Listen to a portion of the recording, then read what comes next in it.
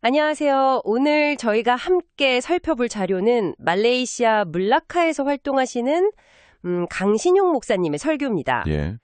저희가 받은 자료가 두 가지인데요. 하나는 창조주 하나님, 우리 왕 예수 그리스도라는 제목의 설교문이고요. 그리고 실제 설교 영상이 녹취록도 있었죠. 네, 맞습니다. 근데 이 자료들의 중심에 정말 거대하고 어떻게 보면 아주 근본적인 질문이 하나 있더라고요. 예수는 누구인가? 이 질문이죠. 네, 바로 그 질문이요.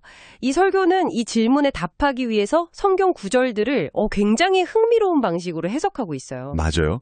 이 자료가 흥미로운 점이 뭐냐면 기독교 신학의 가장 핵심적인 주장을 청중에게 어떻게 설득력 있게 전달하는지 그 전략을 엿볼 수 있다는 거거든요. 아, 그 전략이요? 네, 그냥 예수를 역사 속의 한 인물로 보는 걸 넘어서 그의 어떤 신성 그리고 창조주로서의 역할을 굉장히 강조하고 있죠. 그렇죠. 그리고 그 모든 논증의 출발점이 되는 키워드가 바로 말씀입니다. 네, 바로 그 말씀에서 시작을 하죠. 요한복음 1장 1절, 태초에 말씀이 계시니라. 네, 여기서 강 목사님은 이 말씀이 곧 예수 그리스도를 지칭하는 거라고 딱 못 받고 시작합니다. 근데 저는 그 다음 설명에서 무릎을 탁 쳤어요. 어떤 부분이었나요? 성경 맨 앞에 나오는 창세기 1장의 태초랑 방금 말한 요한복음 1장의 태초가 완전히 다른 개념이라는 설명이었어요. 아, 그 부분 중요하죠. 저는 평생 이 두 태초를 그냥 아주 오래전 이런 막연한 뜻으로만 생각했거든요. 대부분 그렇게 생각하죠. 그렇죠. 근데 설교에서는 창세기의 태초는 시간과 공간, 그러니까 우리가 아는 이 물리적인 우주가 시작된 바로 그 순간, in the beginning이라고 설명해요. 네, 빅뱅의 순간 그렇게 이해해도 되겠네요. 네. 그런데 요한복음의 태초는 헬라어 원문인 아르케라는 단어를 들어서 설명하는데 이건 우주가 시작되기도 전, 즉 시간과 공간이라는 개념 자체가 없었던 영혼의 상태를 의미한다고 하더라고요. 바로 그 언어적 구분이 이 설교 전체의 주춧돌 역할을 합니다. 아, 그런가요? 네, 이건 그냥 단어 뜻풀이가 아니에요. 굉장히 강력한 수사학적 장치죠. 수사학적 장치라니 좀 더 설명해 주시겠어요? 이걸 통해서 처음부터 예수를 시간 속에서 태어난 피조물의 범주에서 아예 분리해버리는 겁니다. 다른 어떤 역사적 인물이나 종교 지도자와도 비교할 수 없는 시간 밖의 존재, 즉 창조주의 영역으로 단번에 이동시키는 거죠. 와, 듣고 보니 그러네요. 그냥 다른 뜻이라고만 생각했는데 그게 전체 논리를 세우기 위한 전략적 포석이었다는 말씀이시네요. 맞습니다.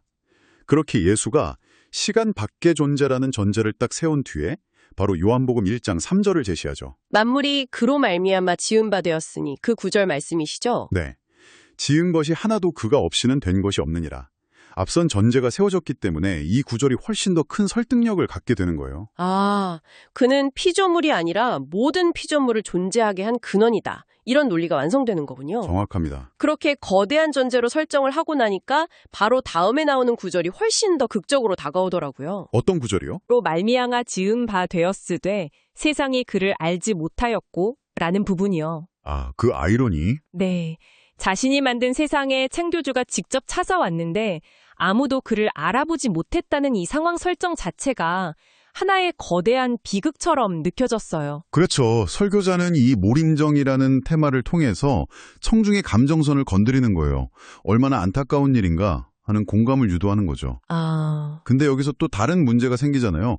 그렇게 시간을 초월한 우주적 존재라면 우리처럼 하루하루 살아가는 평범한 인간들이랑 도대체 무슨 상관이 있냐는 거죠. 맞아요. 너무 멀게 느껴지죠. 저도 딱 그 지점에서 그래서 그게 나랑 무슨 상관인데? 하는 물음표가 생기더라고요. 그렇죠. 근데 설교가 마치 이 질문을 예상했다는 듯이 곧바로 초점을 완전히 전환해요. 말씀이 육신이 되어 우리 가운데 거하심에 라는 구절을 통해서요. 네, 가장 거대라고 추상적인 개념에서 가장 구체적이고 인간적인 차원으로 급격하게 이동하는 거죠. 바로 그 지점이 기독교 신학에서 가장 이해하기 어렵다는 개념 중 하나인 성육신, 즉 신이 인간이 되었다는 교리로 넘어가는 부분이더라고요. 맞습니다. 이건 사실 엄청난 역설이잖아요. 어떻게 우주를 창조한 영원한 존재가 시간과 공간에 갇힌 인간이 될 수 있는가? 네, 어떻게 그런 존재가 우리처럼 배고픔을 느끼고 피곤해하고 심지어 친구의 죽음 앞에서 눈물을 흘릴 수 있는가? 이 설교는 이 역설을 피하지 않고 정면으로 다룹니다. 네. 예수가 우리랑 똑같은 감정을 느끼고 고통을 겪은 완전한 인간이었다는 점을 굉장히 강조하더군요. 하지만 동시에 아주 중요한 선을 긋습니다. 우리와 똑같은 인간이었지만 죄는 없었고 우리 같은 피조물은 아니었다고요. 그 아슬아슬함이 바로 성육신 교리의 핵심입니다. 아슬아슬함이요? 네. 설교는 예수가 신성과 인성을 동시에 지닌 유일무이한 존재였다고 설명해요. 인간으로서 겪는 모든 고통은 그대로 느끼면서도 신으로서의 본질은 잃지 않았다는 거죠. 아, 그래서 기적을 행할 수 있었다는 논리로 이어지는 거군요. 바로 그거죠. 물 위를 걷고 병든 자를 고치고 죽은 자를 살리는 그런 기적들이요. 이 이중적 본질이야말로 그가 인간을 구원할 자격이 있다는 증거가 되는 셈입니다. 그렇군요. 인간의 고통을 이해하지 못하면 구원자가 될 수 없고 또 신적인 능력이 없어도 구원자가 될 수 없으니까 그 두 가지를 모두 가져야만 했다는 논리네요. 정확합니다. 그리고 설교는 여기서 한 걸음 더 나아가서 골로새서 1장 15절에서 17절을 인용합니다. 아, 그 구절은 정말 스케일이 크던데요. 그렇죠. 예수는 보이지 아니하는 하나님의 형상이며 만물이 그에게서 창조되되 하늘과 땅에서 보이는 것들과 보이지 않는 것들, 혹은 왕권들이나 주권들이나 통치자들이나 권세들이나 만물이 다 그로 말미암고 그를 위하여 창조되었고. 네, 바로 그 부분. 그를 위하여 창조되었다는 대목이 특히 인상적이었어요. 그냥 그를 통해 만들어졌다는 걸 넘어서 그가 모든 창조의 최종 목적지라는 의미잖아요. 맞습니다. 이 선언을 통해 예수는 단순히 인류의 구원자를 넘어서 우주 전체의 존재 이유이자 중심축으로 격상되는 겁니다. 와, 이 설교의 구조를 한번 보세요.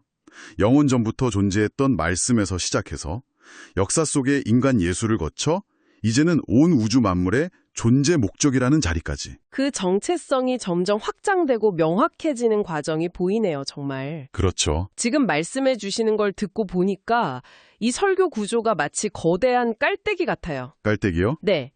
가장 크고 넓은 개념, 즉 시간 이전의 영원에서 시작해서 우주 창조, 인류 역사를 거쳐서 마침내 한 개인의 삶으로 점차 초점을 좁혀 들어오는 구조.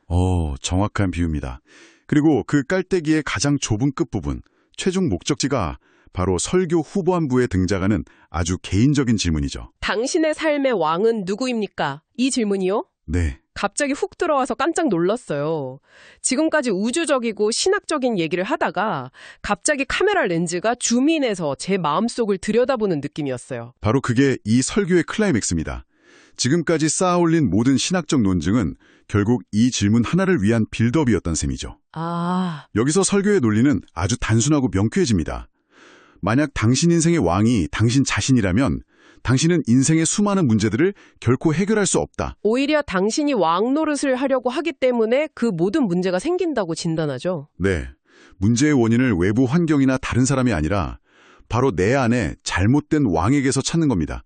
굉장히 도발적인 진단이죠. 그렇죠. 이건 단순한 신앙적 권고가 아니라 문제에 대한 프레임을 완전히 바꿔버리는 접근법 같아요. 맞아요. 이 설교가 청중에게 제시하는 건 삶의 문제들은 본질적으로 주권의 문제라는 겁니다. 주권이요? 네, sovereignty. 내 삶의 통제권, 즉 왕좌에 누가 앉아있느냐가 모든 것을 결정한다는 거죠. 그리고 그 왕좌에 앉을 유일한 자격이 있는 존재는? 바로 앞서 장황하게 설명했던 우주의 창조주이자 목적 그 자체인 예수뿐이라고 주장하는 겁니다. 그래서 앞에서 그렇게 길게 그의 정체성을 설명했군요. 왜 그가 왕이 될 자격이 있는지를 설득하는 과정이었네요. 네, 신학적 개념이 여기서 실천적 믿음의 영역으로 완전히 전환되는 거예요. 예수를 창조주로 머리로 이해하는 걸 넘어서 내 삶의 운전대, 즉 왕좌를 그에게 완전히 넘겨주라는 구체적인 행동을 요구하는 거죠. 단순히 믿는 걸 넘어서 일종의 항복 선언을 요구하는 것처럼 들리네요. 그렇게 볼 수도 있습니다. 설교는 이것이 바로 올바른 믿음의 길이며 이 주권의 이항이 이루어질 때 비로소 기적이 일어난다고 약속합니다. 악마의 유혹을 이길 수 있게 되고 질병이 치유되고. 네, 해결 불가능해 보였던 모든 문제로부터 구원받는 능력을 얻게 된다고요. 문제의 원인이 가짜 왕을 섬긴 것이라면 해결책은 진짜 왕에게 주권을 넘기는 것이라는 명쾌한 진단과 처방을 제시하는 겁니다. 그리고 설교의 맨 마지막은 예수 그리스도는 나의 왕이십니다 라는 개인적인 선포와 고백으로 마무리되고요. 그렇죠.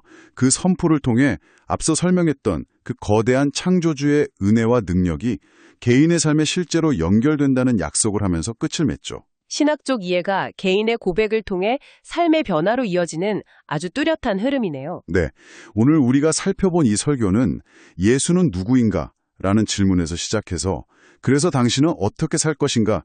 라는 결단으로 끝맺는 매우 잘 설계된 설득의 여정이라고 할 수 있습니다. 오늘 강신용 목사의 설교 자료를 통해 하나의 신앙 체계가 세상과 인간의 문제를 어떻게 진단하고 그 해법을 제시하는지 그 논리적 흐름을 깊이 있게 따라가 봤습니다. 네. 시간 밖의 존재인 말씀에서 시작해서 인간의 몸으로 온 신, 그리고 마침내 내 삶의 주권을 요구하는 왕에 이르기까지 그 정체성이 어떻게 개인의 삶과 연결되는지를 볼 수 있었네요. 이런 깔때기 구조, 즉 거대하고 추상적인 이념에서 시작해서 듣는 사람의 개인적인 결단을 촉구하는 방식으로 끝맺는 수사학적 전략은요, 사실 종교뿐만이 아니에요. 아, 그런가요? 네, 정치 연설이나 대규모 마케팅 캠페인에서도 흔히 볼 수 있는 매우 강력한 설득 도구입니다.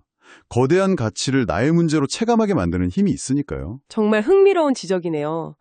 이 자료들이 특정 신앙의 관점을 보여주는 동시에 인간을 설득하는 보편적인 소통 전략에 대해서도 생각하게 만드는 것 같습니다. 그렇죠. 마지막으로 청취자 여러분께 이런 질문을 하나 던져보며 마무리하고 싶습니다. 꼭 신앙의 관점이 아니어도 괜찮습니다. 지금 당신의 삶에서 가장 풀기 어렵다고 느끼는 문제가 있다면 그 문제에 대한 통제권, 말하자면 그 문제의 왕좌를 한번 다른 곳에 넘겨준다고 상상해보면 어떨까요? 그 왕좌를 당신 자신이 아닌 어떤 확고한 원칙이나 당신이 신뢰하는 가치 혹은 완전히 다른 관점에 온전히 넘겨준다고 말입니다.